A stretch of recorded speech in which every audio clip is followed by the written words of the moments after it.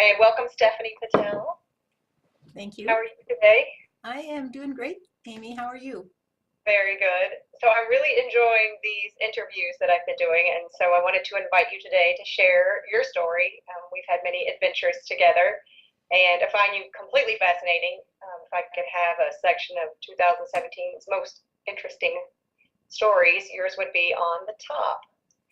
So we've chatted before. Your experience is something I think people would love to know about. So from what I remember, you began channeling just like spirits, like relatives, loved ones, and now you are connected with Steve, and you also channel higher light beings. That's true, but I didn't do this before I connected with Steve. In What fact, before that? huh? And what were you doing before that? Well, I was an attorney and I had retired. I had had some powerful experiences early in my life, spiritual experiences, you might say, awakening experiences. But I was in a environment where it wasn't something that I could put much time into, where I was a single parent.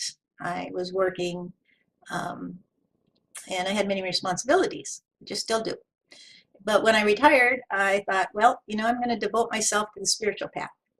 But I had no clue that I would be doing what I'm doing today. And that was just a few years ago. I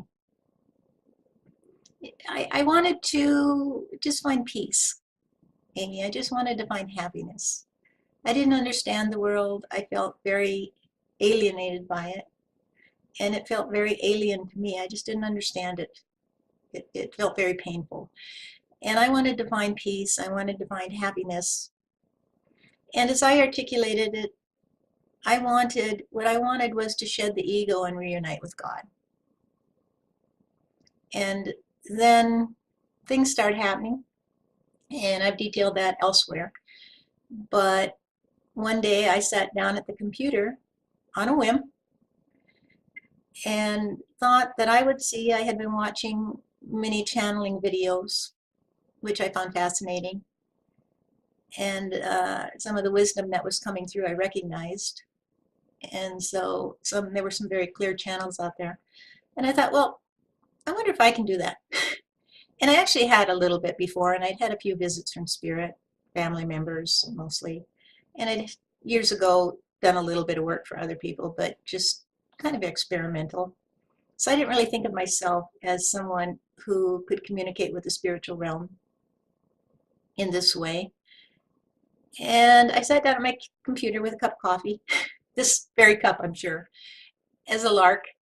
And the only person I could think of at the moment to communicate with was Steve Jobs. And the reason that I thought of him, I didn't know who he was really. I just knew the name because when he died, there were news reports all over the place about his famous last words. And for some reason, I was always curious about what he could have seen. What would he say if he could talk about it? So I said, just on a lark, okay, I was thinking about Steve Jobs. I'd like to talk to him. And all of a sudden, and I was going to see if I could just type it up as it came, I'm hearing a voice talking to me. And the first words were, "Hi, this is Steve Jobs. Thanks for hosting me." And so for 2.5 years, he was my companion. But there was much more to this story. As you know, I was always seeking validations. I was very, very skeptical, and I got them in aces and spades. You have some amazing videos out there. So it's on the Stephanie Patel YouTube channel. Is it just your Yes, name? yes. So all that story is kind of articulated there. Um, Probably the most significant thing was I found a psychic medium in my town who turned out to be extremely good. I was led to her actually to look her up. And I did, and I went to see her, and I had her bring my family through, and she was so powerful. It was so good. And so I made another session, and I thought, well, here's where the rubber hits the road. I'm going to see if she can bring through Steve as validation, see if we get any validation. And so I just gave her the first name. I said, can you connect with my friend Steve? And she did. And oh my goodness, the validations that came through were amazing. And we worked together then after that for 2 or 3 hours a week. over the next 7 or 8 weeks, 7 or 8 months, I mean. And Do you, after, go ahead. sorry, question. Do you encourage that, like, when people are finding themselves in this, that they find kind of a mentor or someone to use as confirmation to, like, the experience you're having, or? Well, for me, being naturally of a, how do you know? What's the truth? What's the bottom line here? Where'd you hear that kind of person? I needed I needed intense amounts of corroboration. Other people might not need it as much. I don't know, for their particular path. But for me, I needed it.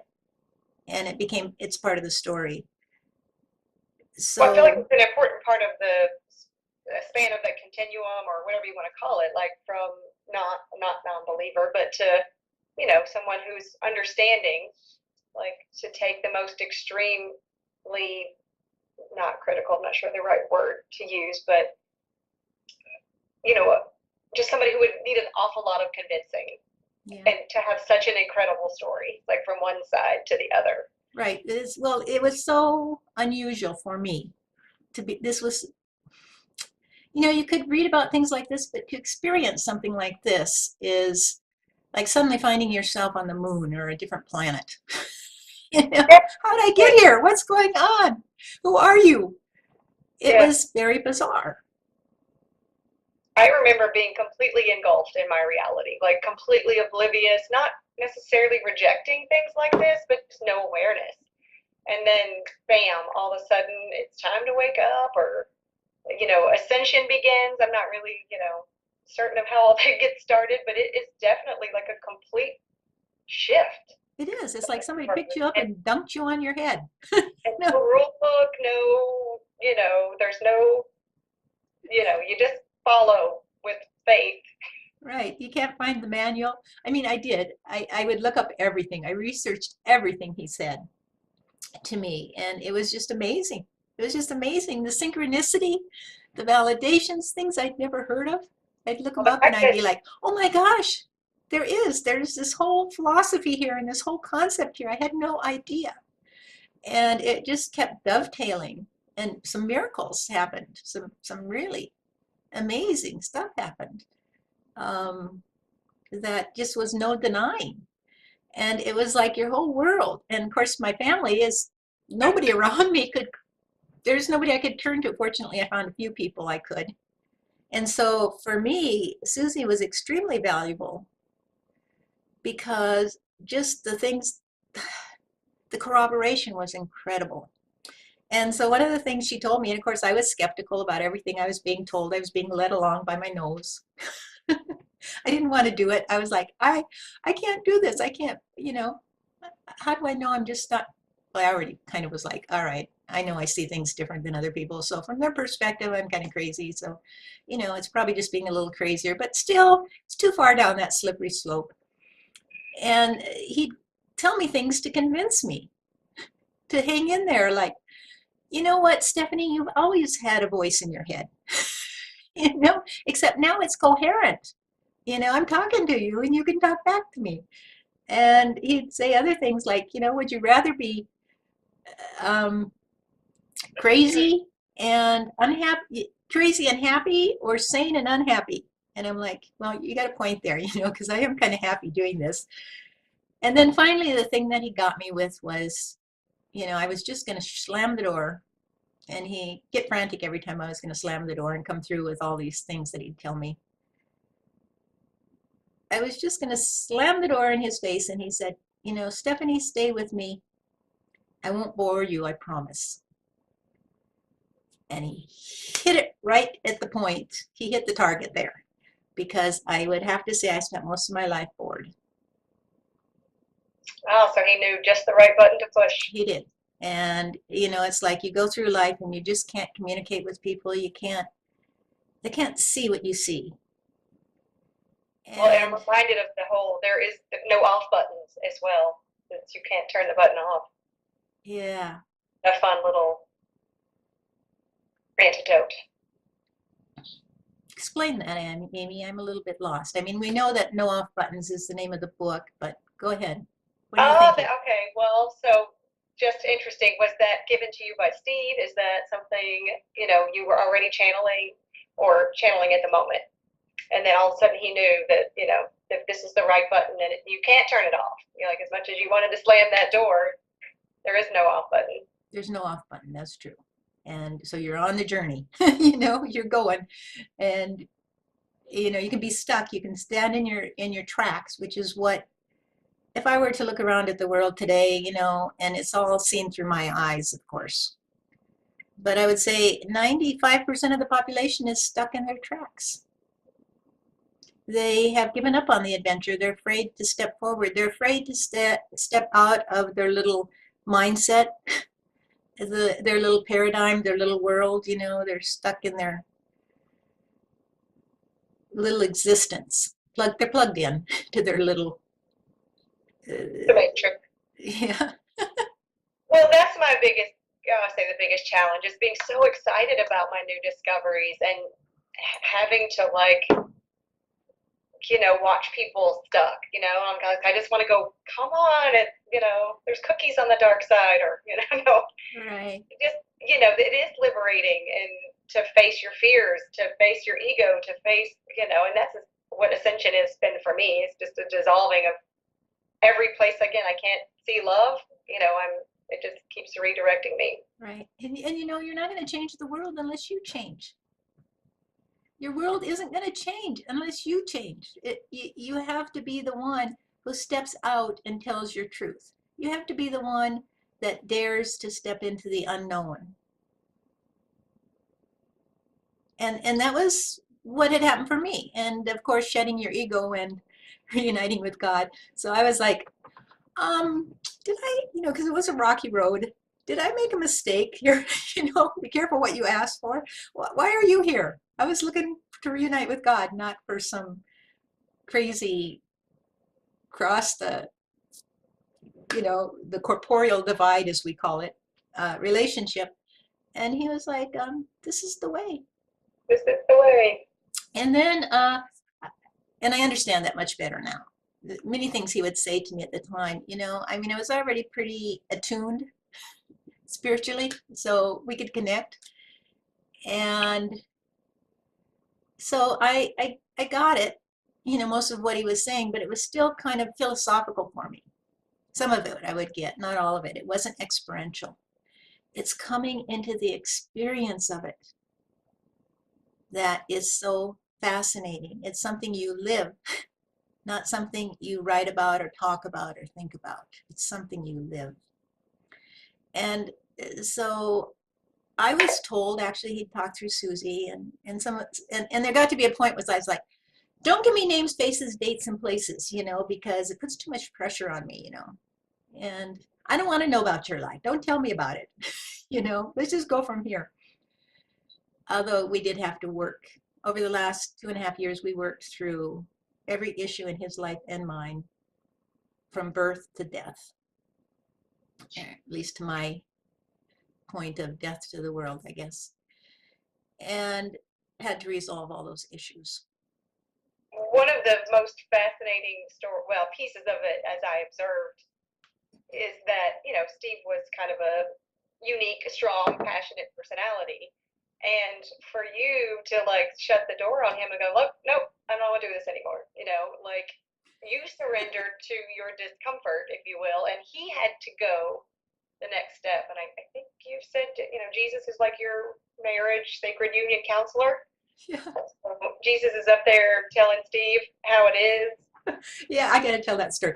So a couple months into our connection, and Steve had told me when I was like, first of all, okay, I'm not listening to this voice anymore, go away, and so he got really, it was not long after we first connected, a week, got very agitated, and he's like, I am Steve Jobs, you need to believe this, you need to listen to me. He said, some of the things he was saying to me is like, I am Steve Jobs, and and he reminded me that he worked at Pixar, and he was like, I wasn't an animator, but it helped me understand how reality is created, you and I were once one, and we pulled apart. And do you remember the primordial stream? I think he said primordial. And I'm like, what? No, I don't even know what you're talking about. And then he was like, go get this book, his autobiography, and look at the cover. And there's a picture of his face there. And he said, look at the eyes and see if you see anything. I'll prove to you, that all this. And he said, just stay with me. I'll prove it to you. And the first thing when I connected with Susie, the first thing she said, not the first thing, a few little validations, and then she said, Stephanie, he's telling me you were once one, and then you pulled apart into two tears. He's showing me like two teardrop shapes pulling apart. I'm like, oh, good. She said, I don't know what that means. I'm like, okay. And then one thing after another, she just validated everything we were going through. So a few months into this, or maybe just a month after I connected with Susie, God, there were so many things that happened, so many validations. A month after I connected with Susie or so, one day, Steve said to me one night, he says, well, Jesus is going to come tomorrow. And I'm like, oh, really? And he's like, yeah, okay. And the next day, Susie was practically, I don't know, she was trans-channeling basically. She wasn't out. She said it was like she stepped back and somebody else stepped forward and started talking through her. And she was blown away. It was Jesus. He didn't introduce him as Jesus. He said, just call me the teacher. But we all know who it was. And of course, I'd been prepared by Steve. So I was like, okay, all right, I believe you now.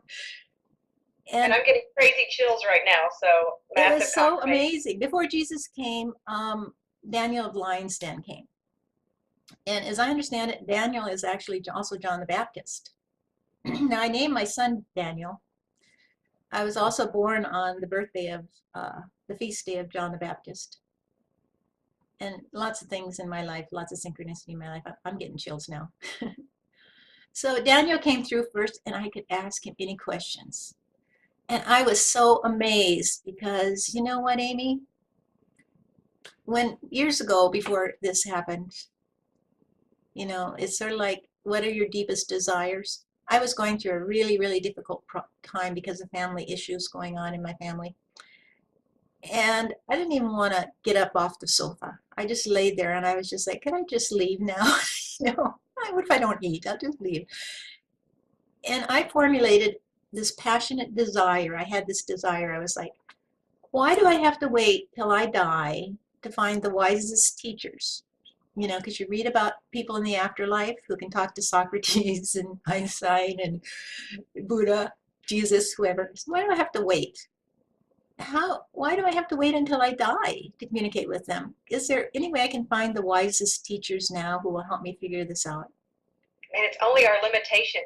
Sorry, that just popped into my head. It's only our limitations that keep us away from it. Well, that became my desire then, and I found some fairly good teachers here. But all of a sudden, there I was able to ask Daniel all these questions, and I did, and it was powerful. And then I had Jesus, and I was like, holy moly, talk about going to the source. And it was fascinating. I just was blown away. And then I was astral traveling at the time. Steve had gotten me astral traveling. We would go on all kinds of adventures. And there was one point I had lots of issues with Steve. We argued a lot and fought a lot. I'm not surprised. You guys are. And he would piss me off. It seemed to be a game he loved to play, which our nicknames, not just between us, but in the astral realm with these others, was somebody clued me into it once, came and talked to me and clued me into it, was the asshole, which of course what I called him, and Miss Priss. He called me Miss Priss. And he would say something or do something that would just piss me off. And part of it was sort of validation because it was something that I would never think of.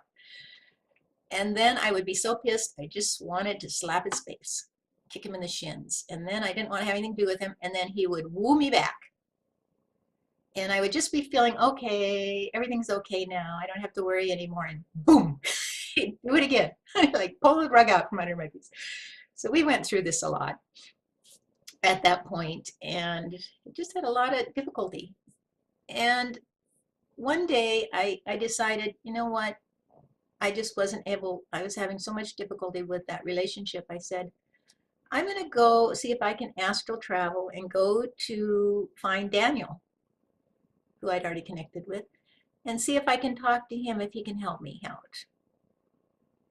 And so I did, and I went and I talked to him and he helped me. But here's the thing that would happen, and this happened in the early stages.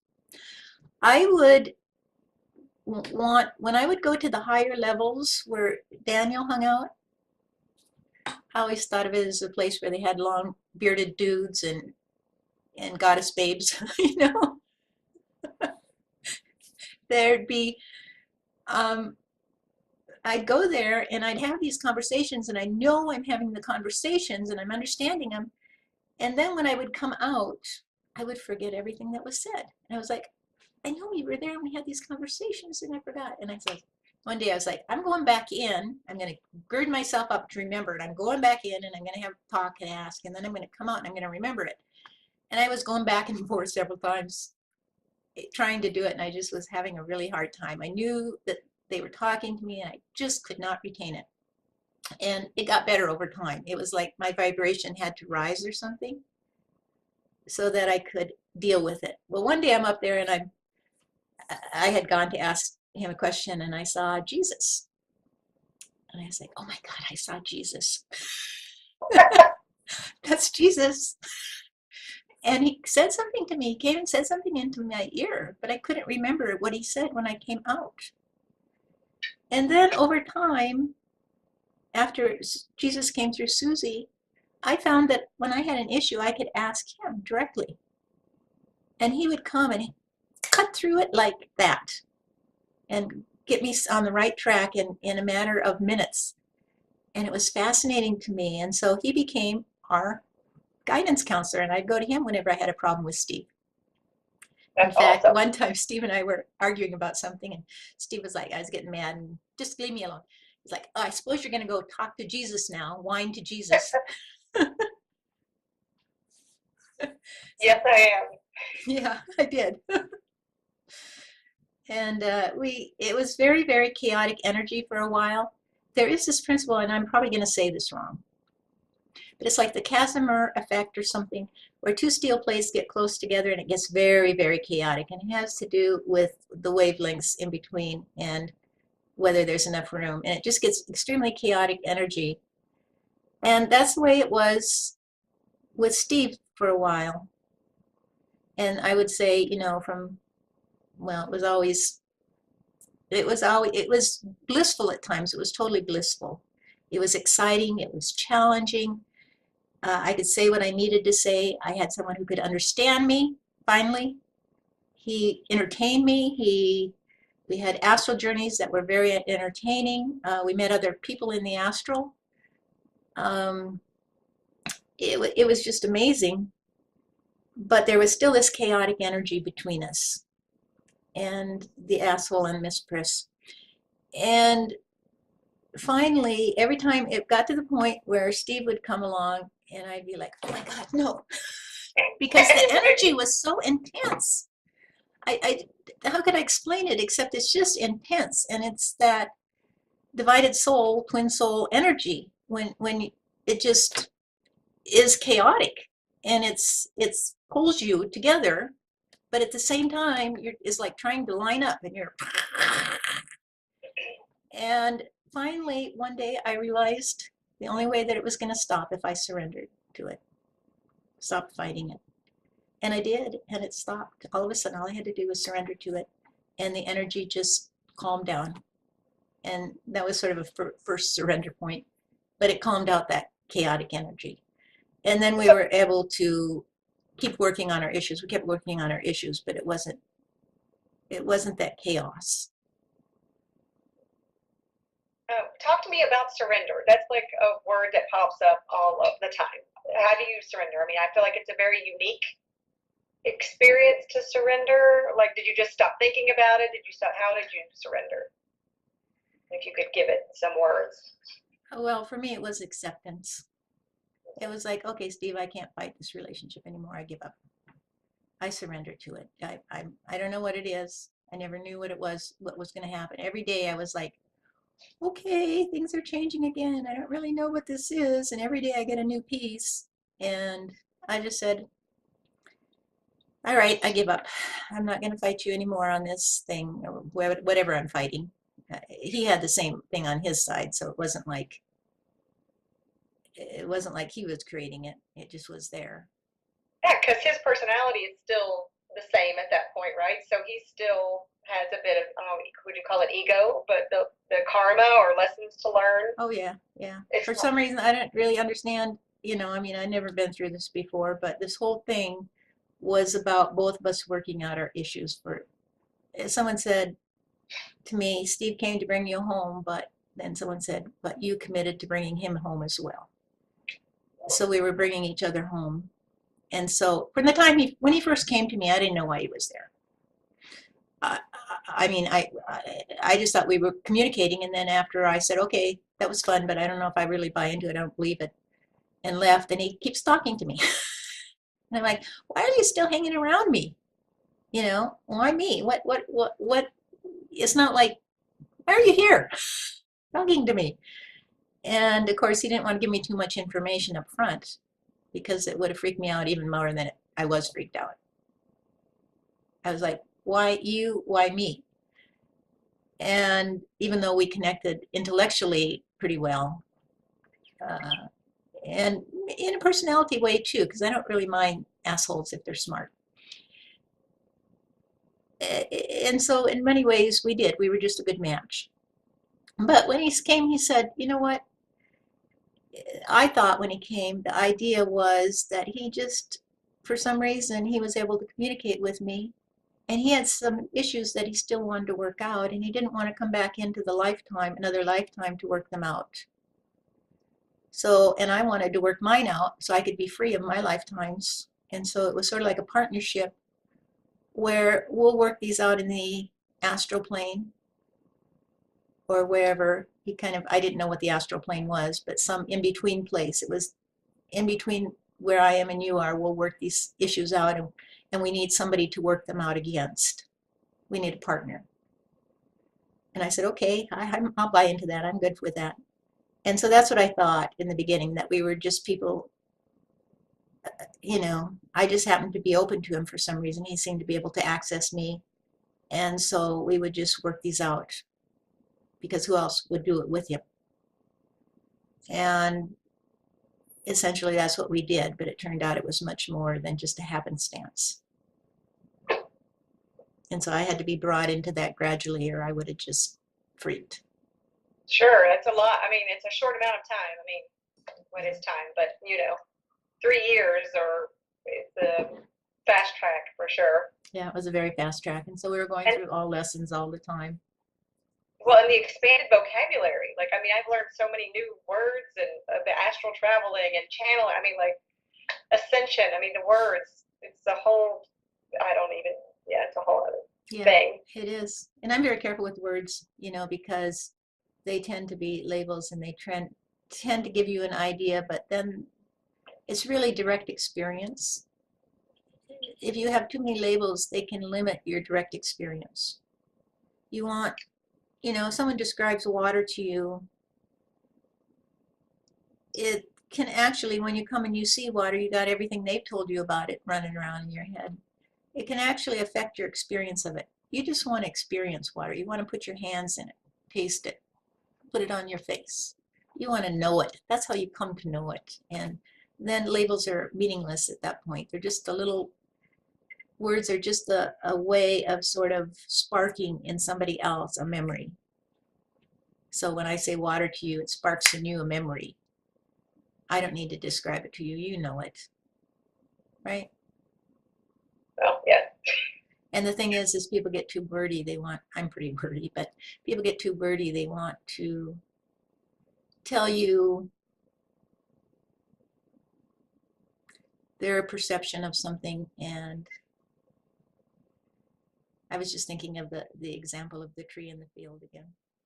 Oh, yes, please do. It's one of my favorite story or Mine too. sharings just because I feel like it's so incredibly insightful. It Would you is. mind sharing? I will. It's so powerful. This is just something that came up through one of the channelings recently. Um, it was, they were explaining, I can't remember who it was, might have been John, who comes through now as a guide, John the Baptist, that about the tree in the field. So you take a field and you put a tree in the middle of it. And this was very pertinent to me because I've spent a good portion of my life trying to understand vision, how vision works. And it often had to do with having a tree and trying to see the tree and trying to figure out how that works. No matter where you are, you're going to see the tree and all these different perspectives. How does that work? And different theories I would come up. In fact, Steve and I connected at the beginning on one of my theories, what I called the clockness theory, which was a theory of vision. Anyway, John is saying, no matter where you are in that field, and you can think of field, even expand that into mathematical field or something, put field of potential. No matter where you are in that field and you look at that tree, you're going to have a unique perspective. Even if you moved an infinitesimal amount, your view of that tree is going to be unique. It's going to be different. So within this field, you can go up, down, away from the tree, close to the tree, around the tree. Within this field, there's an infinite number of perspectives of what that tree looks like. And this is the really critical part, not one of those perspectives excludes any of the others.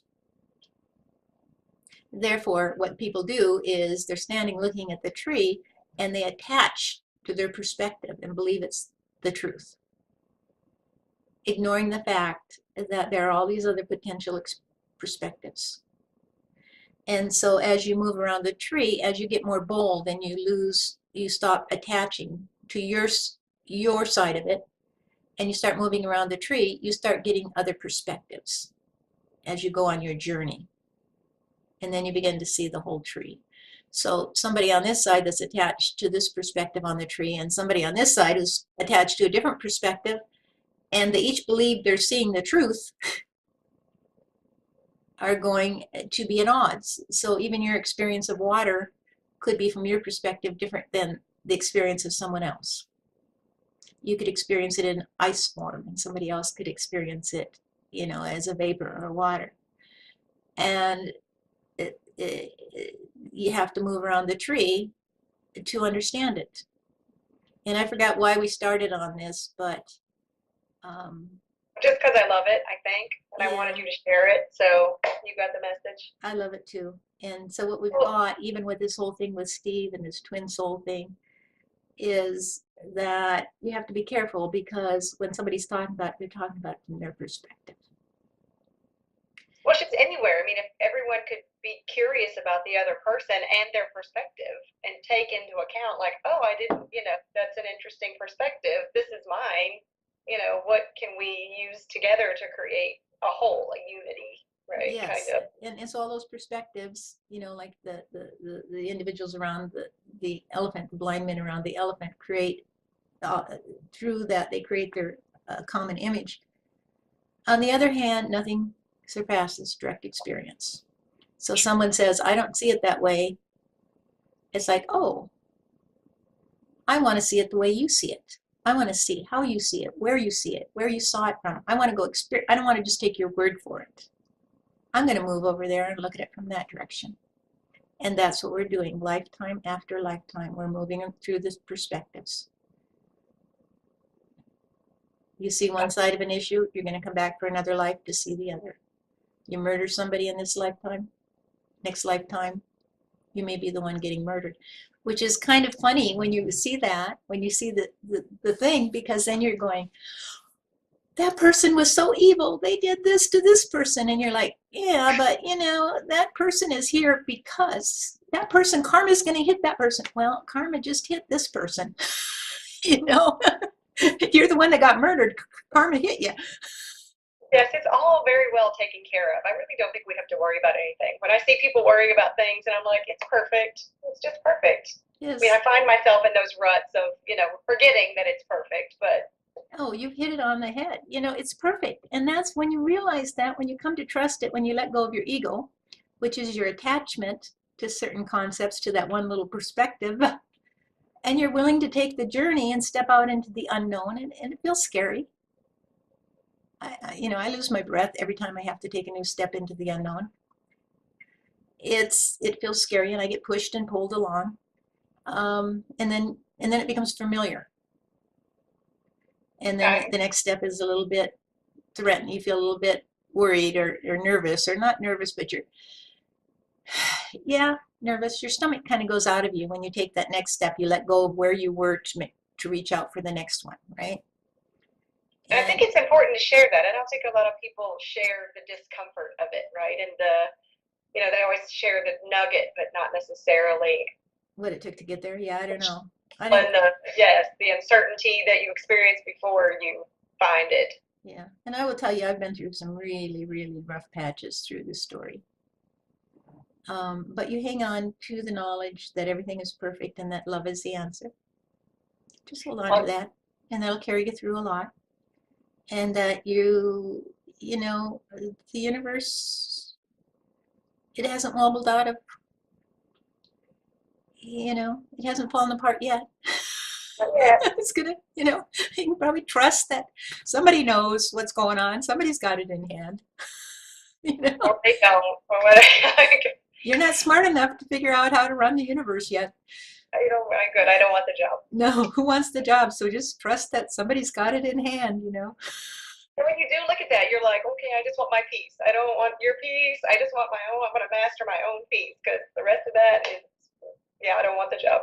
Yeah. So just, assume, and then you realize, of course, that you're always in communication.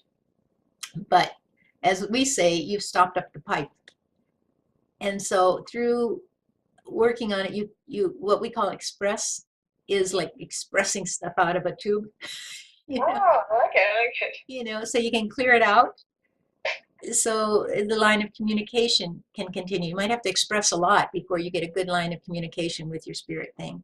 So for me, my story, this as incredible as this story is, what allows it to be this incredible is being willing to let go.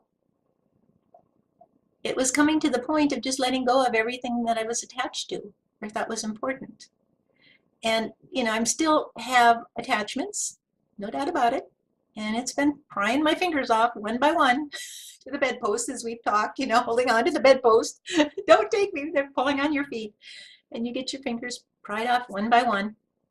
And actually, that's a good definition of what Steve and I have been going through for Steve and for me, because every issue he has, I have the other side of it, is prying his fingers off one by one off his attachment to his last life. And so going through each of these issues, and it means getting a different perspective so you can see it differently.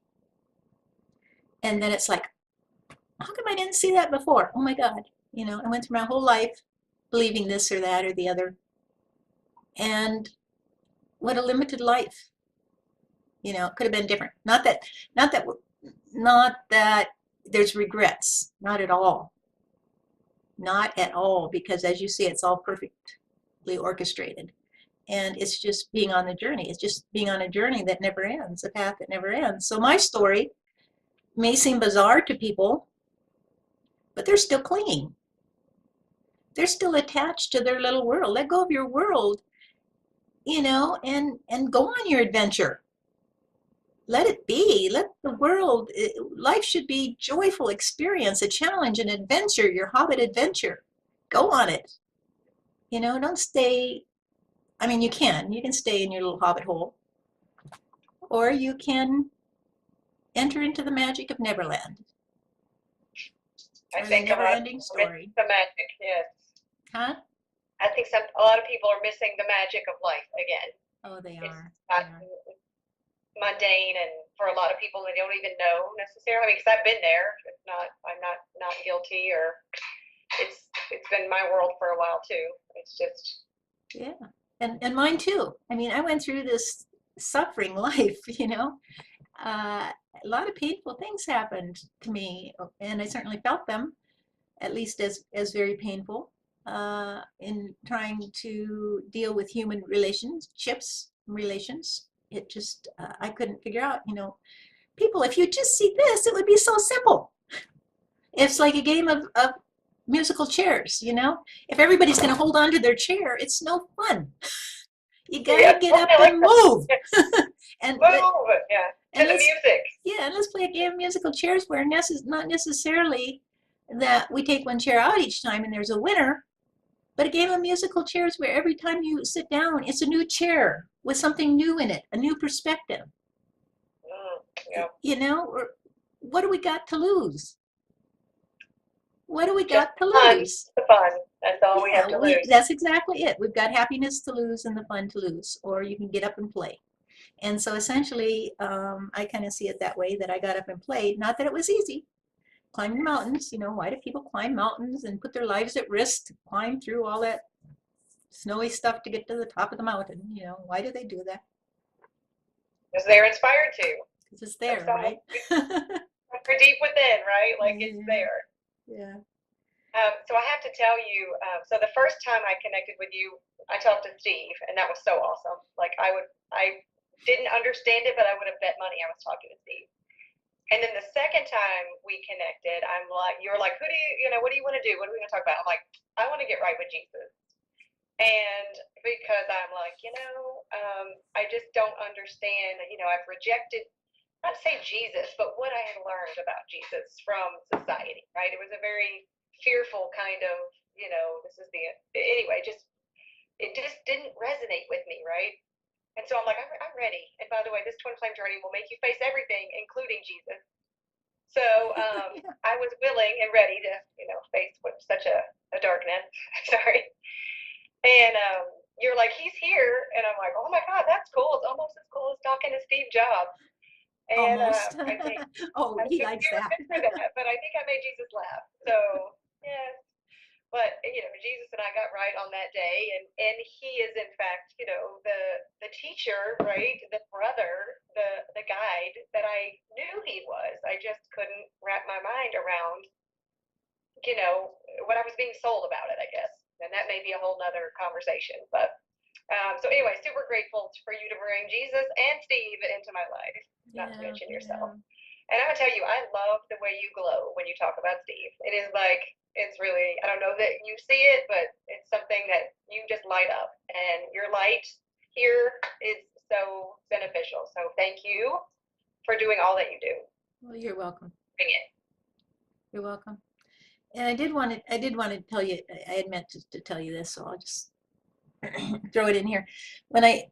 About the time that I met with that Daniel came along, and a lot of this came through Susie because it was easier for me to hear through Susie and accept, or at least to create I journaled all our conversations, Steve and I, at that point, most of them, in our astral journeys. So I kept a very tight journal. But it was that at some point, Steve had gotten me primed. She said, oh my God, Stephanie, you're in fourth, getting ready to go into fifth dimension. And bizarre thing, my mother would come through and say, we saw you flitting in and out. How come you didn't stop and say hi? And I'm like, you could see me coming and going? It's just weird. And she said, well, Steve's telling me that you're going to be channeling many others.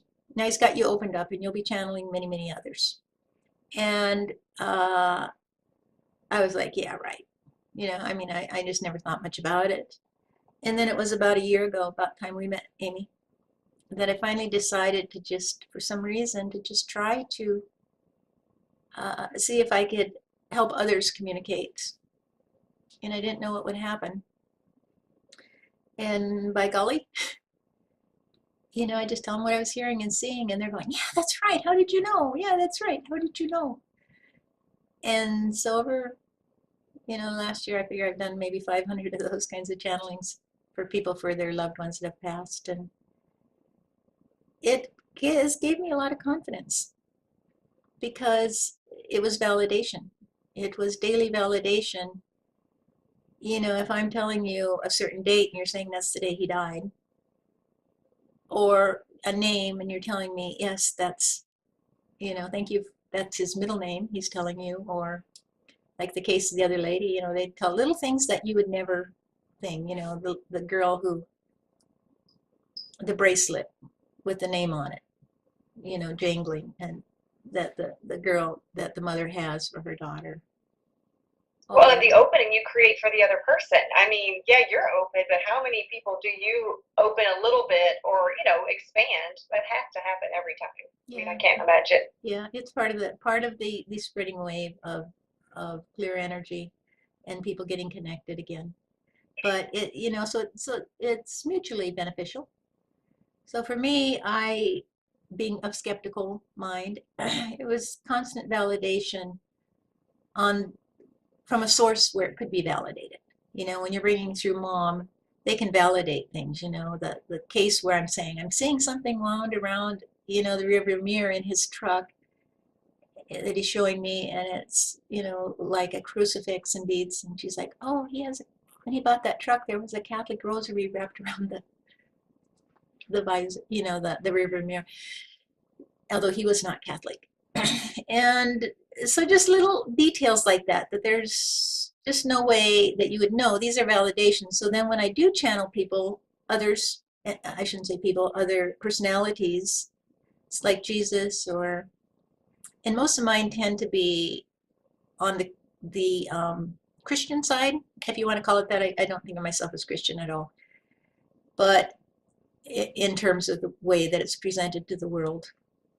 But on the Jesus side, I'll just call it the biblical side, as Sure. opposed to, I have had contact with many, and been led to many, Hindu, Buddhist, other kinds of personalities, ISIS, Egyptian, uh, in terms of our story and relationship to them through time. But for now, right now, it just seems to be connected, perhaps because that was well, I don't know why. I'm not even going to guess why. But John does seem to be a profound guide for me.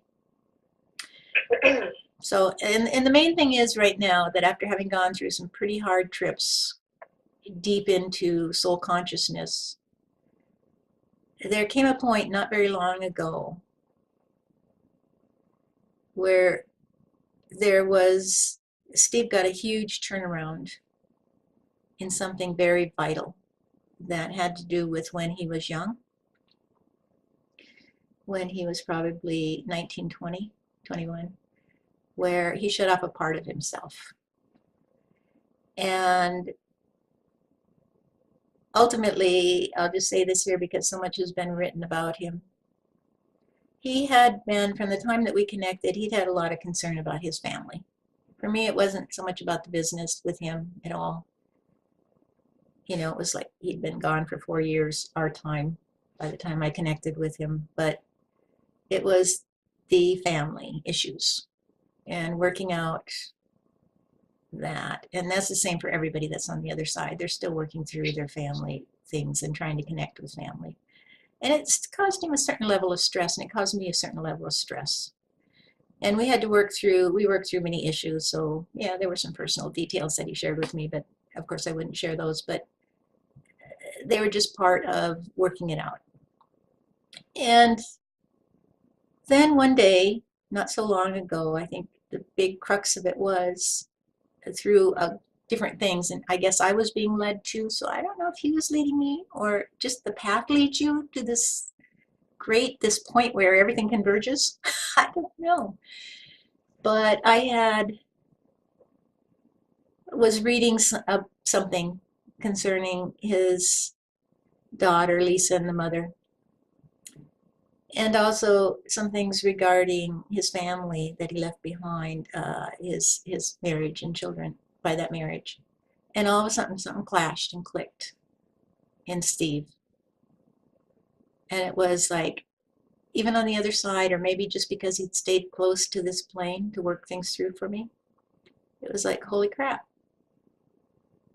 Now that I finally see, a lot of ego still left in this whole thing, a lot of attachment, that look how differently I treated the two mothers of my children and left them. And it was like smack upside the head. It was like, oh my God.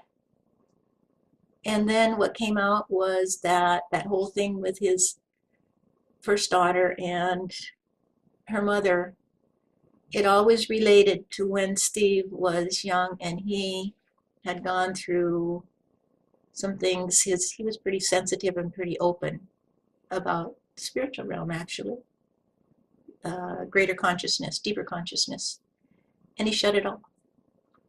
He had to shut off a certain part of him because the same thing that happened with me or happens with everybody. People don't relate, and you have to survive in the world, and it hurts so much that you close it off. You put a wall around it, and he did, and that was connected to that wall, and that wall came tumbling down, and it was like he found himself again. He found that part of himself, and I would say, for the period of most of the day, he was agitated. He had me write all these letters. He wanted to connect with people from his youth that were significant in this. And of course, that wasn't going to happen, but he got to a point, he was very agitated. Somehow writing these letters, doing that for him, seemed to help release the energy.